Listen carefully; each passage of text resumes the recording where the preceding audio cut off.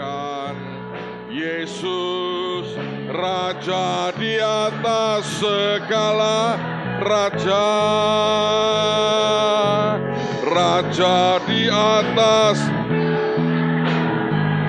Yes Lord, Raja di atas segala raja.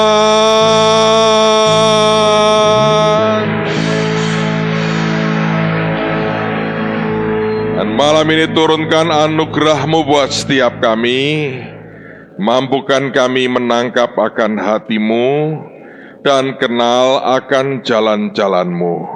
Terima kasih Tuhan yang baik, yang menyertai kami dan tidak pernah meninggalkan kami.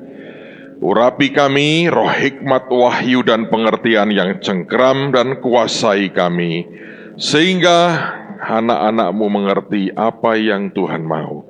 Dalam nama Tuhan Yesus, semua kita berkata, amin. Silakan duduk saudara. Alright. Saudara sekalian, saya tadi di Ungaran, saya bicara tentang kasih karunia, tentang anugerah, tentang kemurahan Tuhan dalam kehidupan kita. Nah, malam hari ini, untuk saudara yang tadi pagi tidak mengikuti, saya mau jelaskan sedikit secara global, dan kemudian kita akan bergerak lebih jauh lagi. Coba buka bersama dengan saya dalam Efesus pasal yang kedua. Siapa yang hadir waktu kebaktian minggu pagi kemarin dengan Peter Youngren? Coba angkat, lambaikan tangan saudara. Oke. Saya mau tanya, saudara, apakah Anda betul-betul ngerti tidak yang dimaksudkan dengan pelajaran itu? Saya mau tanya, siapa yang berkata, saya nggak terlalu ngerti sebetulnya aplikasinya. Coba angkat tangan, jujur aja. Siapa yang berkata, saya ngerti banget Pak aplikasinya, angkat tangan. Yang lain ngapain sebetulnya? Saya mau coba membawa saudara pada pengertian yang lebih simple untuk membuat Anda bisa mengaplikasikan dalam kehidupan Anda sehari-hari. Efesus pasal yang kedua, saya akan mulai ajak Anda melihat pada ayat yang pertama. Kamu dahulu sudah mati karena pelanggaran-pelanggaran dan dosa-dosamu. Kamu hidup di dalamnya karena kamu mengikuti jalan dunia ini, karena kamu mentaati penguasa kerajaan angkasa, yaitu roh yang sekarang sedang bekerja di antara orang-orang durhaka. Sebenarnya dahulu kami semua juga terhitung di antara mereka ketika kami hidup di bawah hawa nafsu daging dan menuruti kehendak daging dan pikiran kami yang jahat. Pada dasarnya kami adalah orang-orang yang harus dimurkai sama seperti mereka yang lain. Tetapi Allah yang kaya dengan rahmat oleh karena kasih-Nya yang besar yang dilimpahkannya kepada kita, telah menghidupkan kita bersama-sama dengan Kristus, sekalipun kita, perhatikan, telah mati oleh kesalahan-kesalahan kita. Oleh kasih karunia kamu diselamatkan. Saya mau berhenti dulu, Anda perhatikan. Alkitab berkata, setiap kali kita melakukan kesalahan, maka ujungnya kita bersentuhan dengan kematian. Nah, kalau kita membuat sebuah rangkaian kesalahan, tindakan yang salah, ujungnya kematian. Nah, seharusnya keselamatan kan kebalikannya. Kalau Anda berbuat kebaikan, baru engkau terima kehidupan. Tapi enggak begitu. Aneh toh? Anda buat kesalahan, kematian. Tapi untuk Anda diselamatkan, itu pemberian. Ngerti saudara? Nah, itu kasih karunia. Loh, kok bisa pemberian Pak? Sebab itu dibayar oleh Yesus. Kematian dan kebangkitan Yesus itu membayar yang seharusnya kita bayar. Nah, sejak saat itu kita naik kendaraan yang namanya kasih karunia. Memang nanti kita belajar tiket masuknya namanya iman. Tapi ini yang seringkali tidak dimengerti oleh banyak orang Kristen.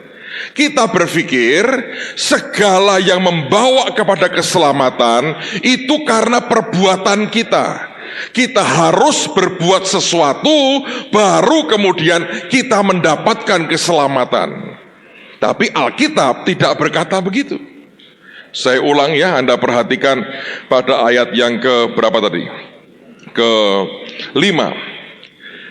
Sekalipun kita telah mati oleh kesalahan-kesalahan kita, oleh kasih karunia kamu diselamatkan. Dan di dalam Kristus Yesus, Ia telah membangkitkan kita juga dan memberikan tempat bersama-sama dengan Dia di sorga. Supaya pada masa yang akan datang, Ia menunjukkan kepada kita kekayaan kasih karunia-Nya yang melimpah-limpah sesuai dengan kebaikan-Nya terhadap kita dalam Kristus Yesus. Sebab karena kasih karunia, diulangi lagi, kamu diselamatkan oleh iman. Jadi kendaraannya itu kasih karunia. Yang kita tunggangi itu namanya harusnya hidup dalam kasih karunia. Tapi untuk masuk itu oleh iman. Itu bukan hasil usahamu, tetapi pemberian Allah. Nangkap saudara? Saya ulang lagi ya.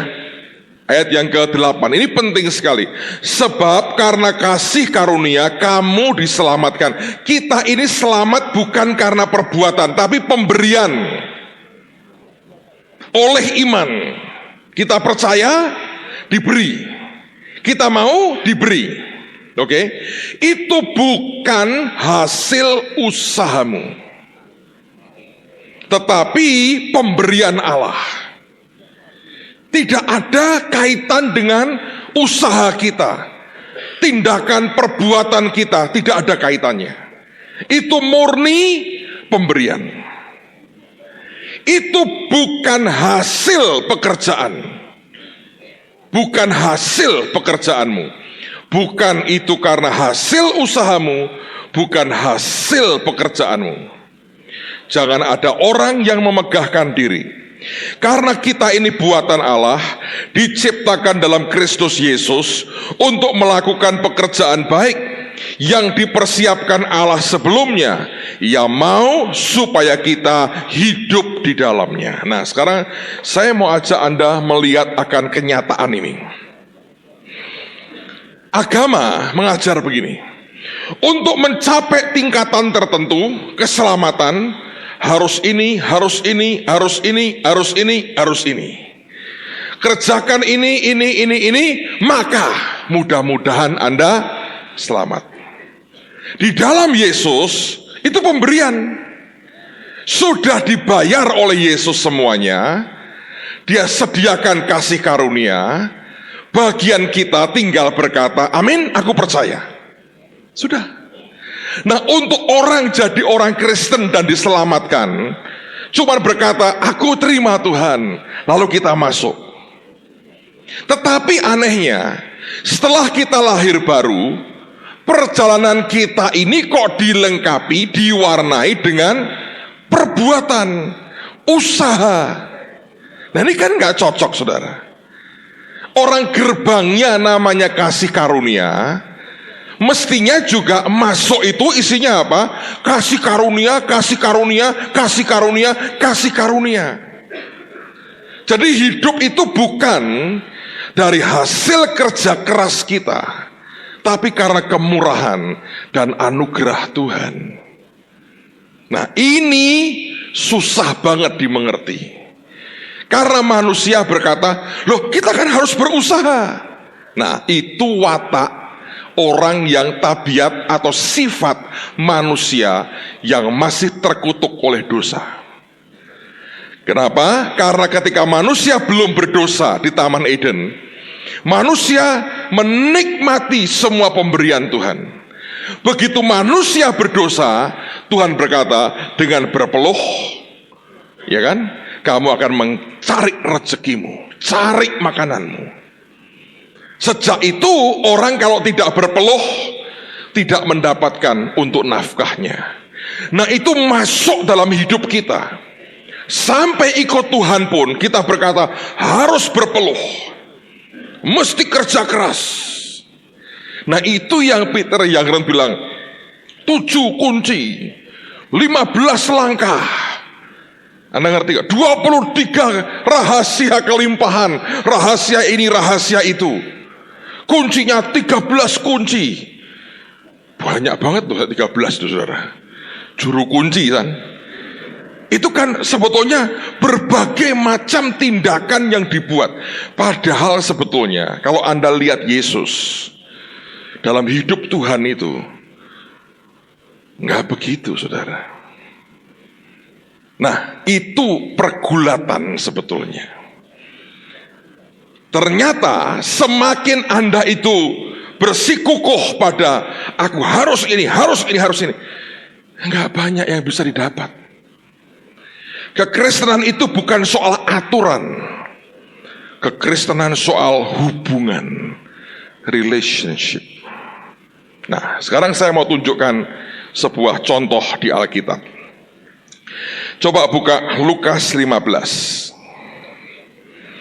Lukas 15.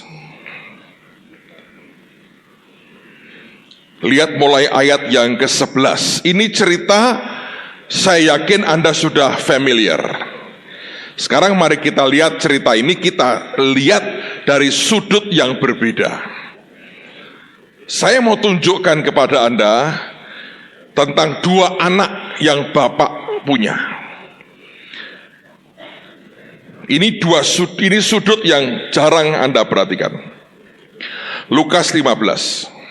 Yesus berkata lagi, ada seorang mempunyai 2 anak laki-laki. Kata yang bungsu kepada ayahnya, Bapa, berikanlah kepadaku bagian harta milik siapa? Milik Bapak atau milik kita?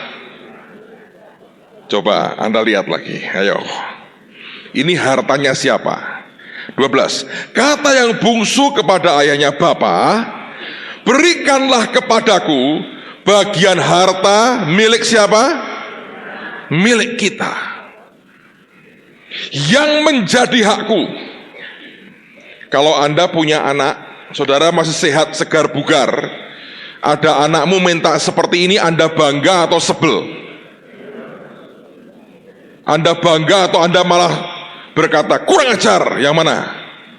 Siapa yang berkata kalau punya anak begini Anda bangga? Coba angkat tangan. Padahal kita ini seringkali dengar khotbah, kasih Bapak. Loh, Bapak itu aneh loh. Wong begini dikasih gak? Dikasih gak, saudara?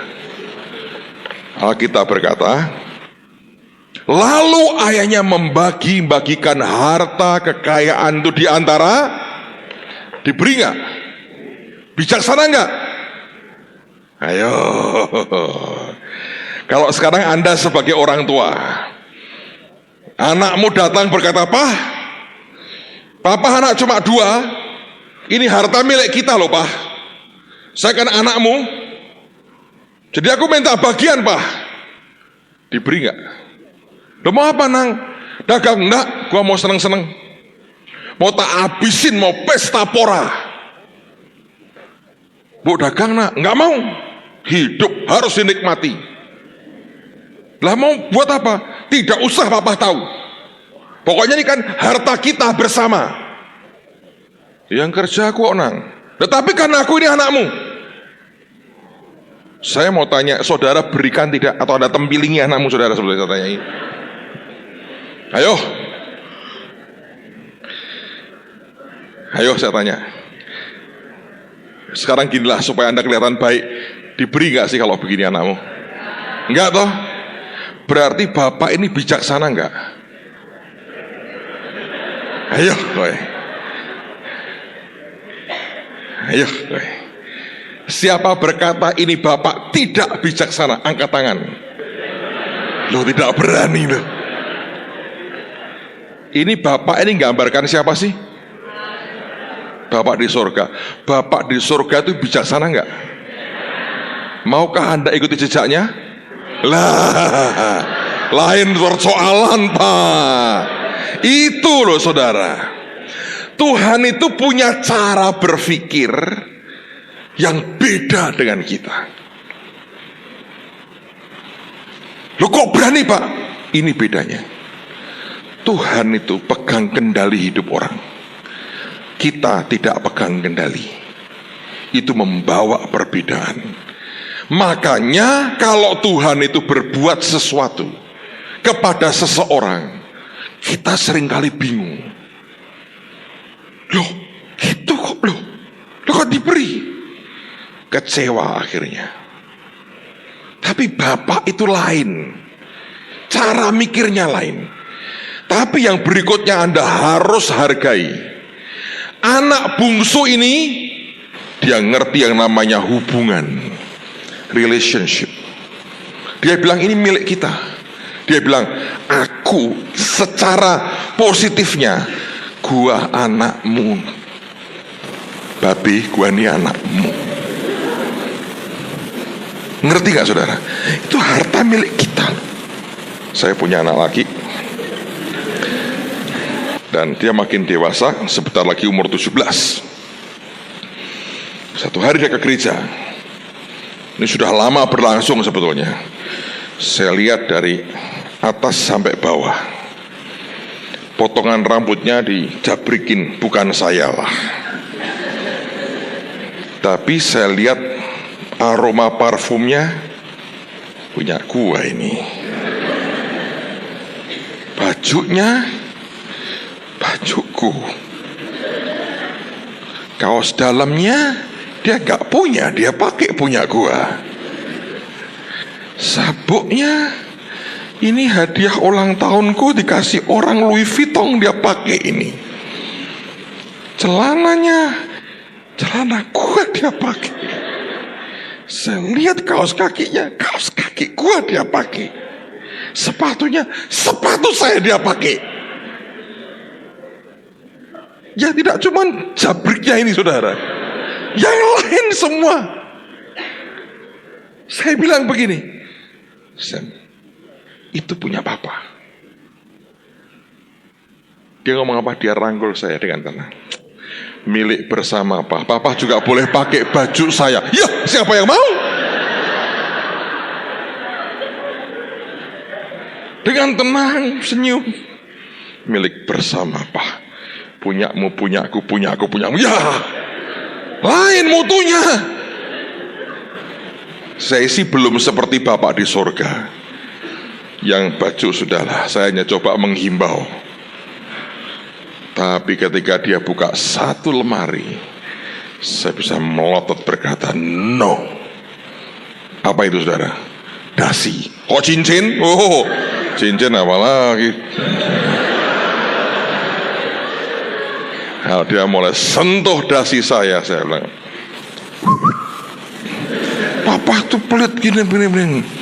Belum waktunya. Bapak di surga lebih baik dari saya, lebih murah hati, lebih percaya dengan dirinya sendiri, sebab dia kendalikan hidup orang. Dia tahu batasan, kita nggak tahu. Kita kabur mata kita. Kalau Anda mau kenal Bapak di surga, seperti ini.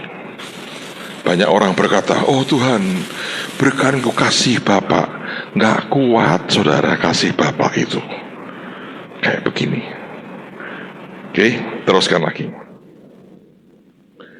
Beberapa hari kemudian, anak bungsu itu menjual seluruh bagiannya itu, lalu pergi ke negeri yang jauh Di sana ia memboroskan harta miliknya itu dengan hidup berfoya-foya.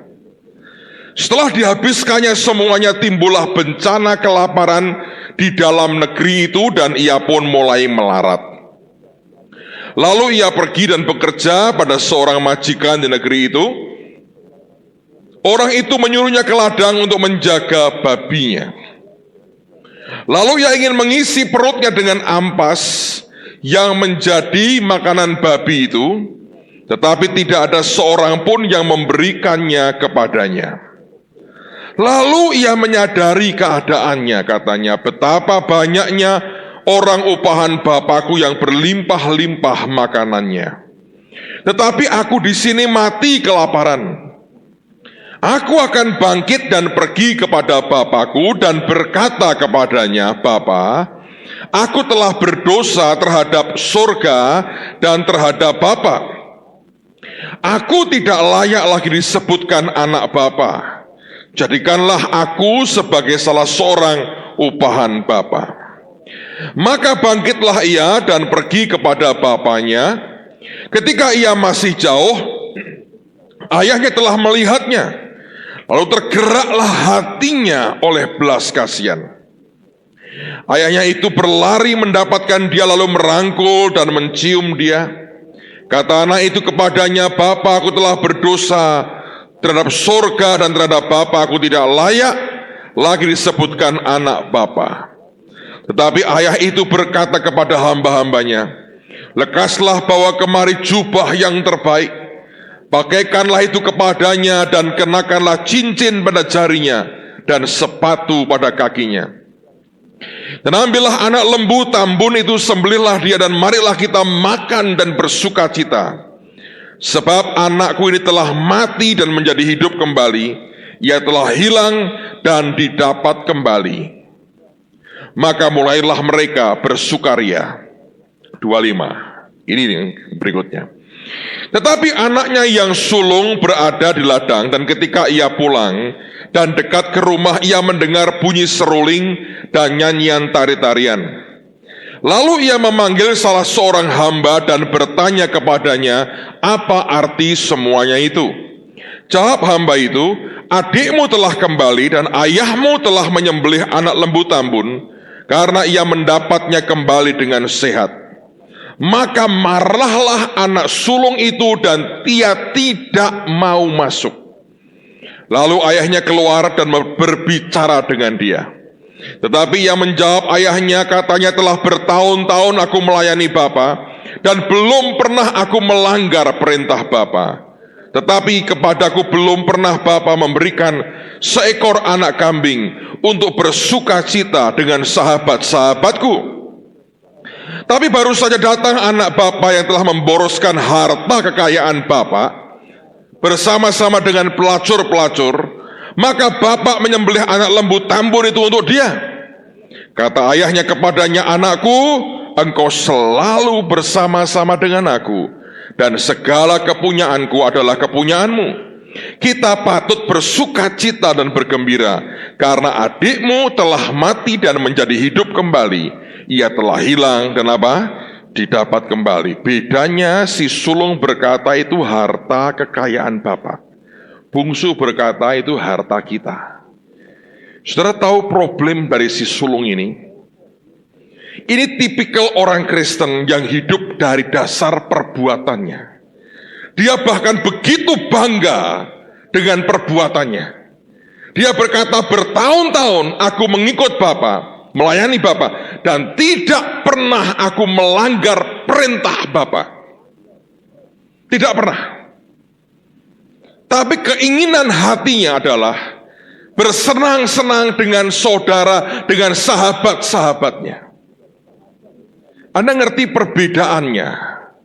Yang satu memang nakal, tapi membangun hubungan dengan orang tuanya, dengan si ayah. Yang satu kelihatannya baik-baik, tipe orang Kristen suci dan baik-baik, tapi tidak membangun hubungan apapun dengan bapaknya. Yang dia bangun hubungan kerja, hubungan karena perbuatan, hubungan karena tindakan. Dan sebegitu bangganya dia dengan kesalehannya, dengan ketaatannya, nurutnya dia begitu bangga. Lama-lama kebanggaan itu telah berubah menjadi sebuah kesombongan. Karena kalau Anda hidup sebagai orang Kristen, dasarnya begini, Anda berkata, aku berbuat ini, aku berbuat ini, berbuat ini, berbuat ini, berbuat ini, berbuat ini. Semua perbuatan yang kita pikir itu baik dan sudah kita buat, itu ujung-ujungnya nagih upah. Dan sulung diam-diam memendam kekecewaan. Bapak tidak pernah memberikan apa-apa kepadaku. Tapi itulah kenyataan, saudara.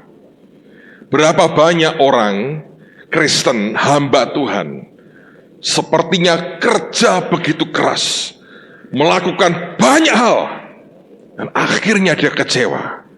Sebab dia merasa Tuhan tidak adil dan tidak memberkati dia setimpal dengan kerja keras, pengabdian, dan pengorbanannya.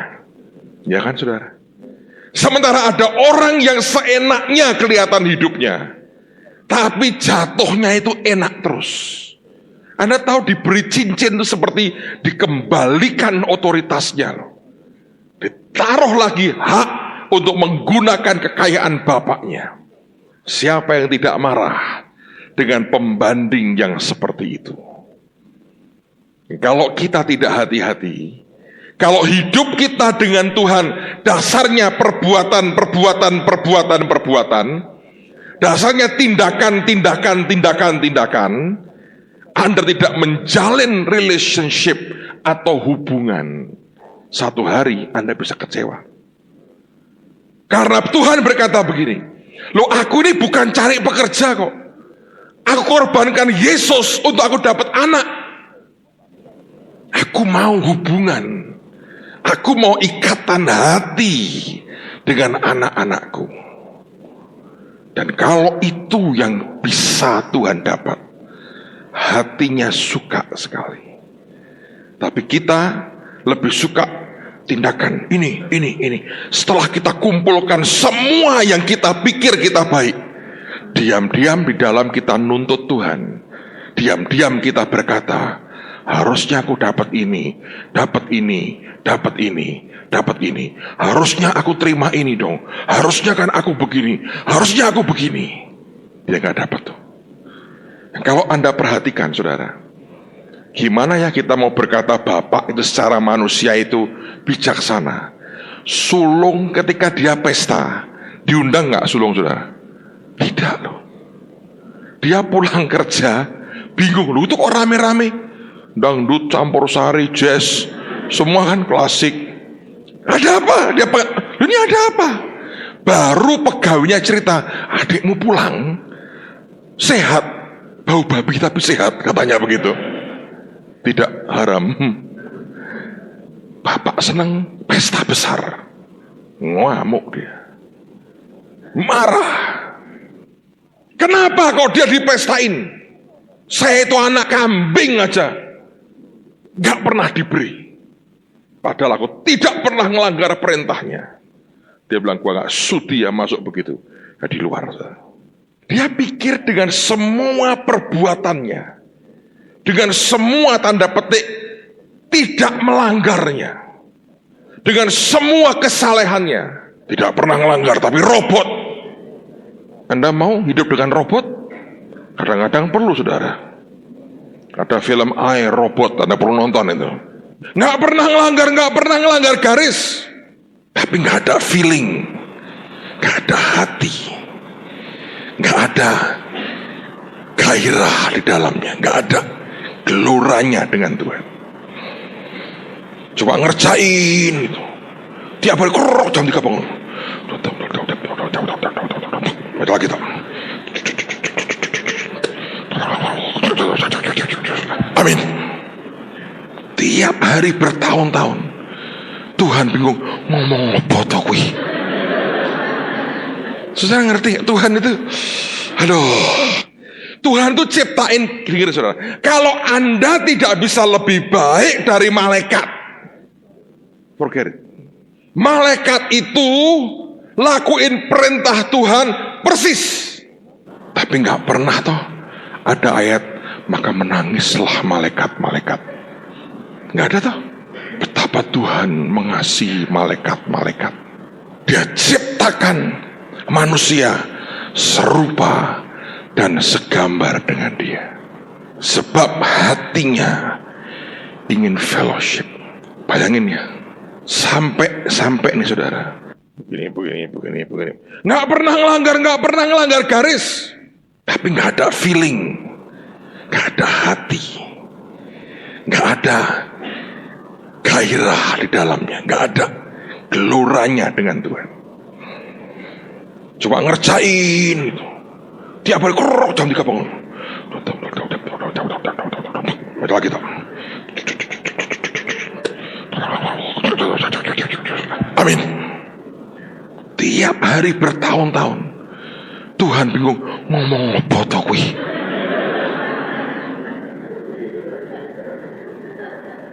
Saudara ngerti Tuhan itu,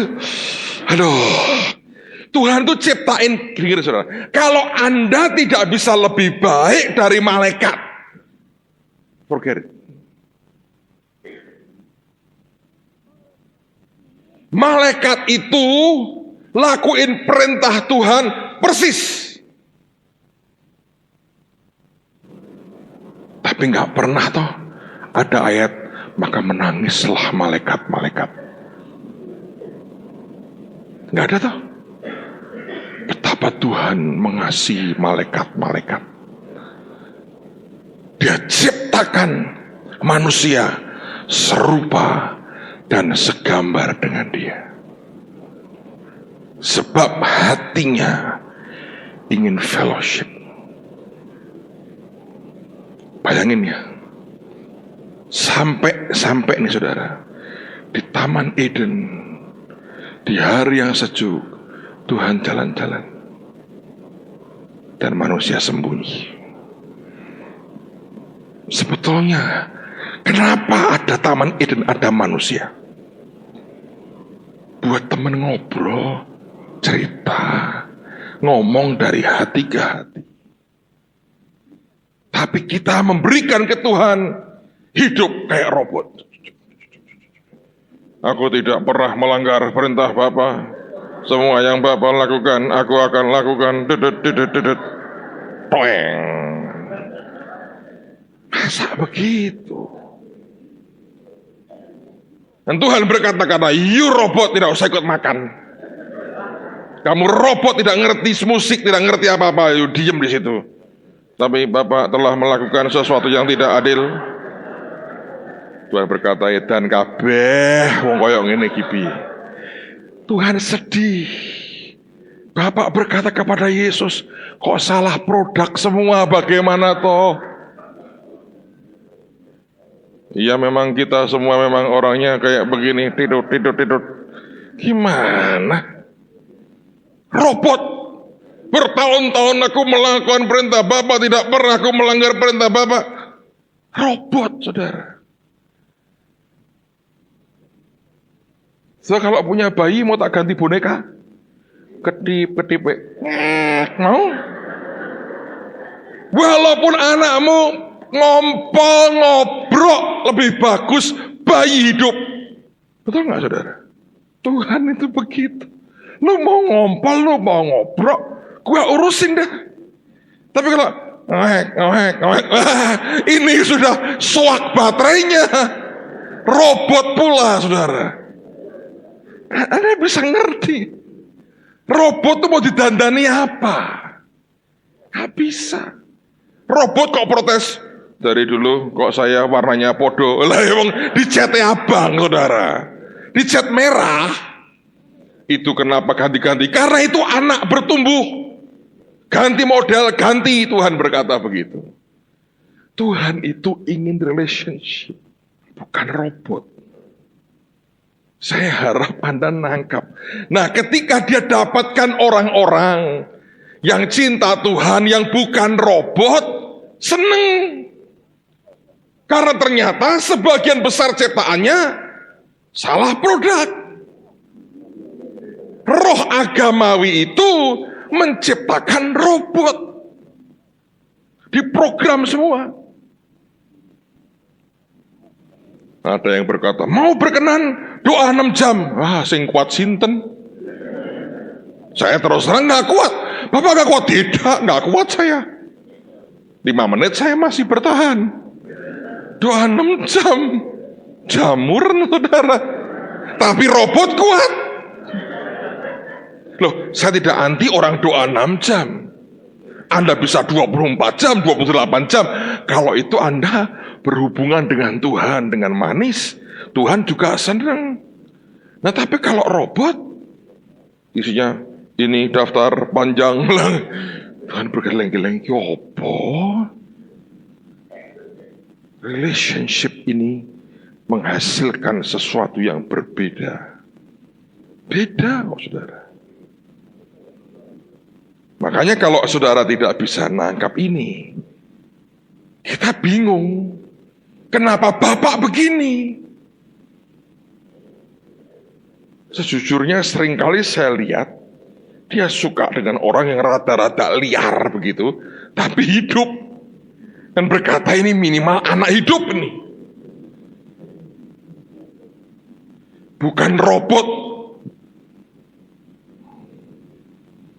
Tapi kita ini seringkali berpikir, ikut Tuhan, harus begini, harus begini, harus begini, harus begini. Tuhan bilang, buat apa?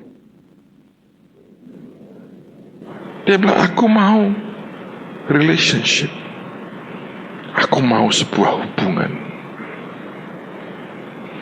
Saya teringat tahun 92, saudara. Itu tahun yang mengubah hidup saya.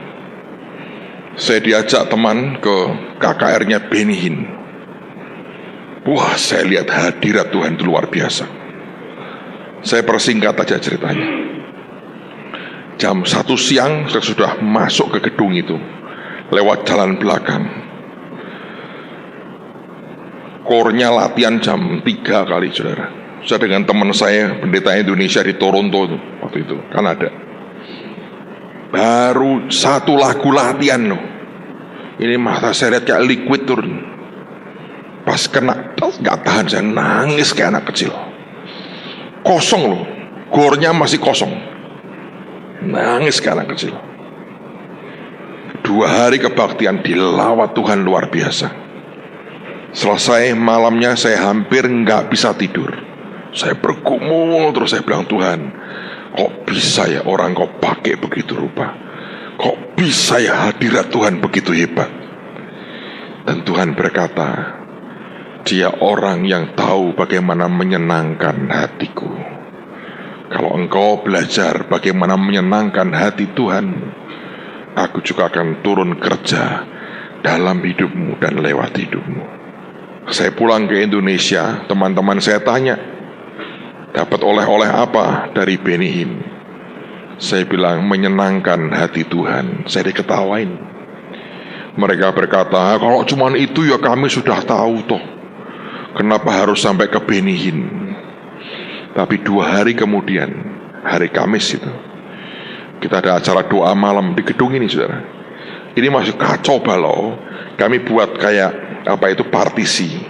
Di situ, di belakang itu, di bawah balkon, kotak kecil. Dan Tuhan berkata, dari pagi kamu puasa hari ini. Saya masuk kamar, saya doa, saya puasa hari itu. Jam 5 sore Tuhan berkata, kunci kamarmu sendiri dengan aku. Saya duduk dekat dengan tembok di kamar saya, kecil kamarnya waktu itu. Saya nyanyi 1 lagu. Belum itu selesai, saya kaget sekali. Itu lampu cahaya di kamar saya berubah, saudara. Dan saya lihat 1 figur di depan saya berkilauan luar biasa. Dan tiba-tiba seperti tulang saya ini hilang semua, lemes nyandar di tembok. Saya bilang, Tuhan, kalau lebih kuat dari ini, mati saya pasti. Dan di situ Tuhan mulai bicara. Dia berkata, aku Tuhan yang punya perasaan, punya selera, dan punya kehendak. Tidak semua yang baik yang kamu buat itu sesuai dengan keinginan hatiku. Dan dia berkata, belajar nak, meraba hati Bapamu dan beri yang dia mau. Nanti aku akan turun dan kerja dalam hidupmu. Dan dia hilang, saudara. Tapi suara itu masih terdengar di hati saya. Dia berkata, nanti malam dalam acara doa malam, jangan berikan mikrofon kepada siapapun. Pimpin dari awal sampai akhir, pimpin sendiri. Waduh, hati saya bahagia banget, saudara. Anda tahu, ketika dia ngomong begitu, ada yang kayak pecah di kepala saya. Dan detik itu saya sadar bahwa Tuhan Roh Kudus itu, Allah Bapa, Allah Putra, Roh Kudus itu pribadi ternyata. Itu bukan zat, bukan benda, pribadi. Dan kalau itu pribadi, dia punya perasaan, punya selera, punya kehendak. Anda harus bersikap, berperilaku seperti Anda ketemu dengan satu pribadi yang Anda harus senangkan hatinya, yang punya selera, punya taste. Anda mesti bisa ngerti itu. Kayak pecah di kepala saya. Pengertian itu sudah ada di otak saya, tapi masuk sampai pengertian di sini, saya belum punya. Malam itu terjadi.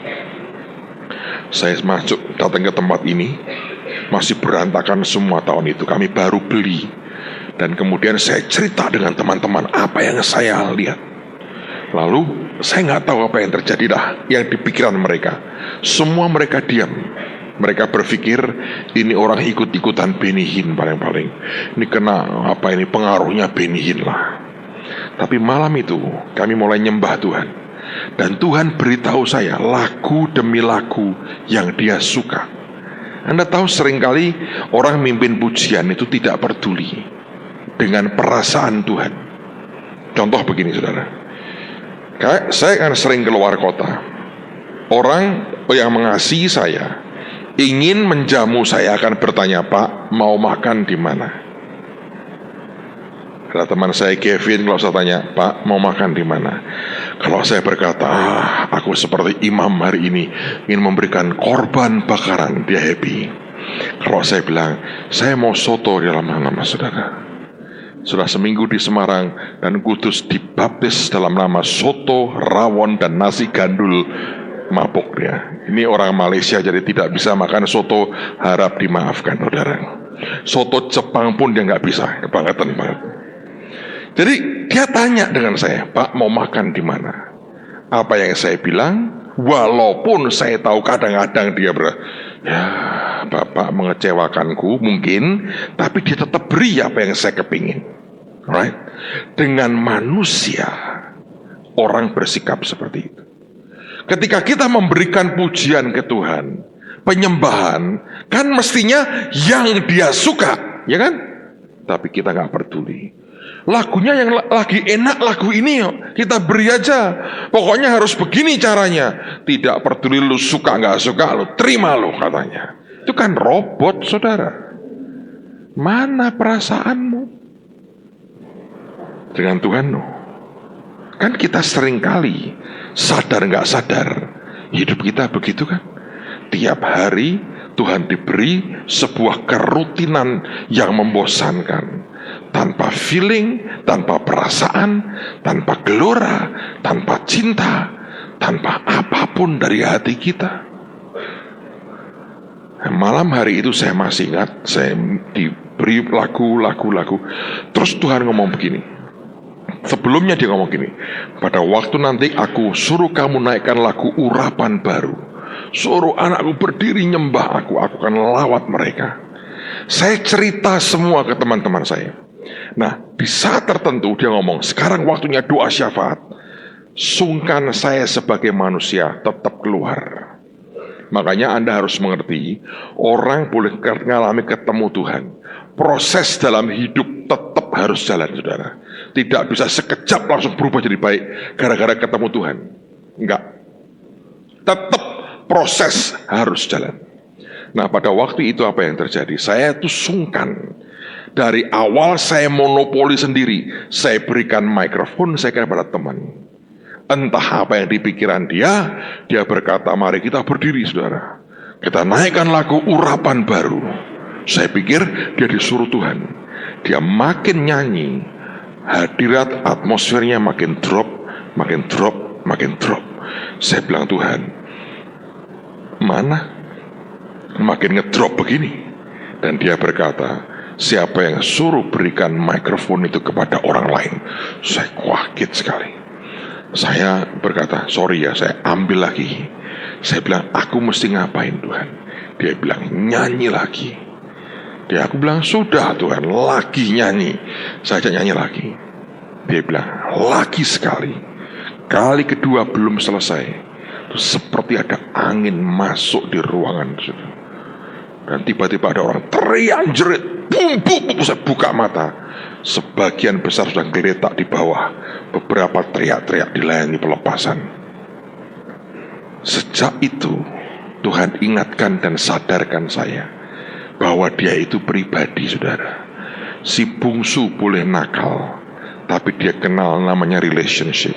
Si sulung boleh baik, tapi ini robot sebetulnya. Dan Bapak tidak cari robot.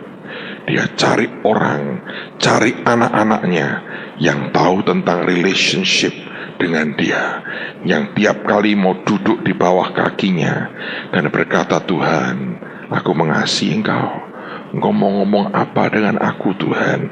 Lalu ada interaksi, fellowship, ngobrol dengan Tuhan, bicara dari hati ke hati dengan Tuhan.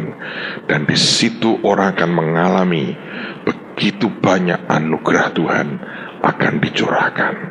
Amen saudara.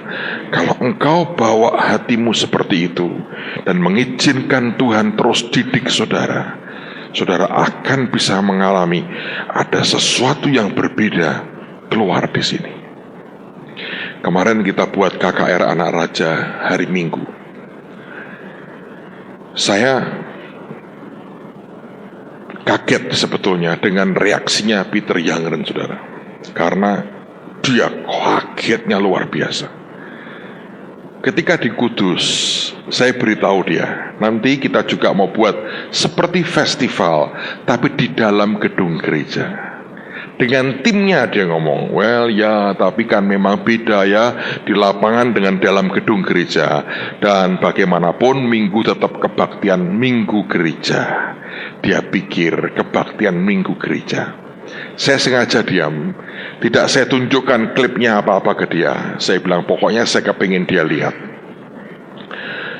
Saya bersyukur Tuhan itu luar biasa. Begitu datang dia shock berat. Dia lihat, dia kaget sekali. Kemudian saya ajak dia jalan jam 5 sore tepat waktu dimulai. Muter keliling gedung saudara. Lihat semua orang, arusnya manusia banyak banget kemarin itu. Dan saya ajak dia muter sampai ke indoor. Lihat semuanya. Begitu selesai, dia bengong, dia diam saudara. Acara selesai. Dia khotbah, dia happy sekali. Kesembuhannya dan sebagainya. Dia dibuat kagum oleh Tuhan. Dan saya seringkali geli ya, kalau orang-orang itu lihat apa yang kita buat, mereka semua berpikir kita ini jenius sekali. Sebetulnya bukan saudara. Kita ini orang gak bisa apa-apa, cuma nurut Tuhan sebetulnya. Ya toh.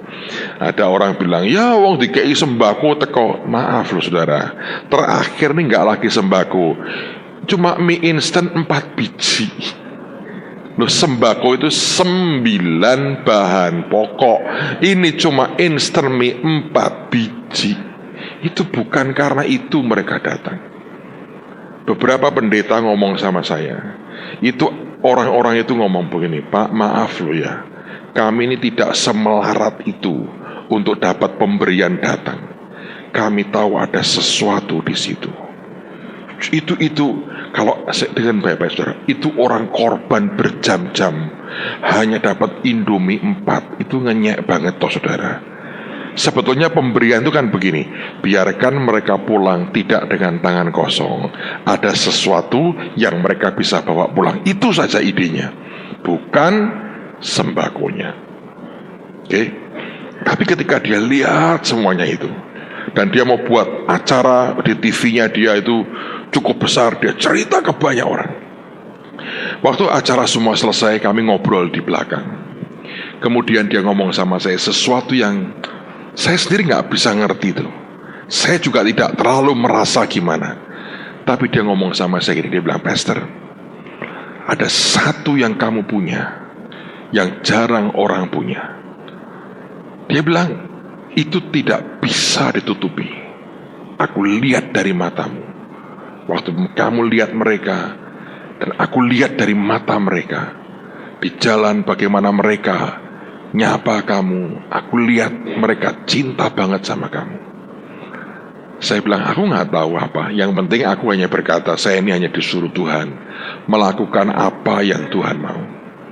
Terus dia berkata gini, "Ada satu yang kamu punya, yang jarang orang punya." Saya bilang, "Apa yang aku punya?" "Aku tidak merasa punya apa-apa." Dia bilang satu kata, "Belas kasihan." Dari matamu itu aku tahu, belas kasihanmu besar pada jiwa-jiwa itu. Dia bilang, "Aku belum pernah lihat di seluruh dunia yang seperti ini. Aku sudah terlalu banyak buat KKR." Dia bilang, "Mungkin jemaatmu sudah terbiasa sehingga tidak lagi melihat sebagai hal yang luar biasa. Aku ini keliling ke puluhan negara di dunia. Tiap tahun aku muter." Dan dia bilang, orang yang lihat websiteku itu 9 dari 91 negara di dunia. Dia bilang, "Kami itu punya dampak sampai ke hampir 100 negara di dunia. Dan belum pernah aku lihat yang seperti ini. Jemaatmu karena terlalu sering lihat, mereka pikir itu biasa. Ini fenomena ajaib loh. Di dunia ini tidak pernah ada yang kayak begini." Dan dengan tekun satu gereja kerjakan sudah 5 bulan terus menerus. Jelas ini Tuhan. Dan dia ngomong satu hal, "Satu yang kalian punya, belas kasihan." Anda tidak bisa lakukan sesuatu yang berdampak pada hidup orang dengan hidup sebagai robot, saudara. Anda harus punya hati yang bisa ngerti hatinya Tuhan, yang bisa ngerti apa yang Dia mau.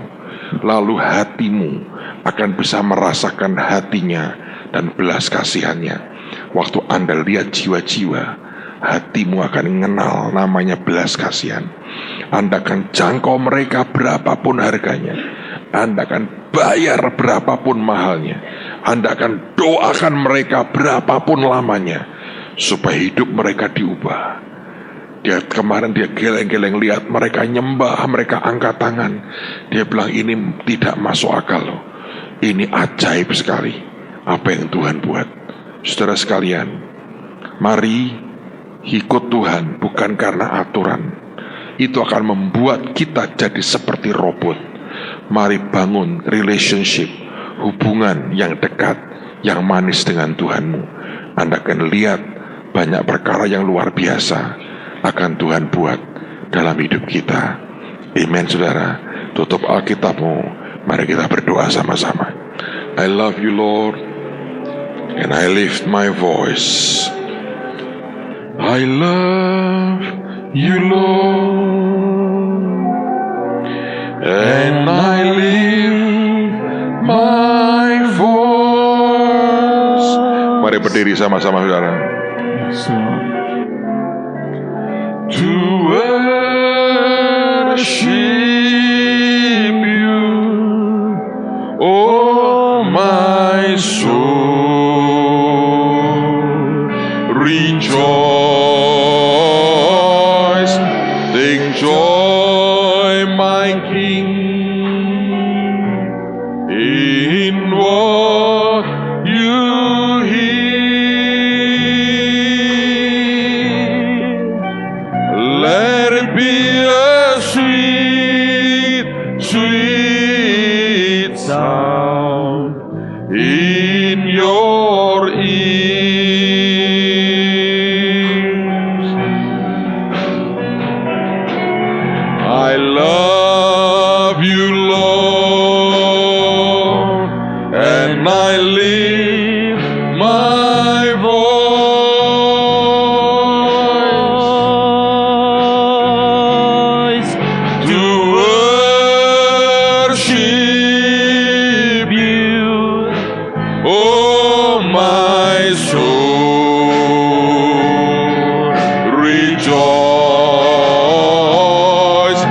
Take joy, my King, in what you hear. Let it be a sweet, sweet sound in your ear. Katakan lagi, I love you, Lord, I love you, Lord. Sembah Dia.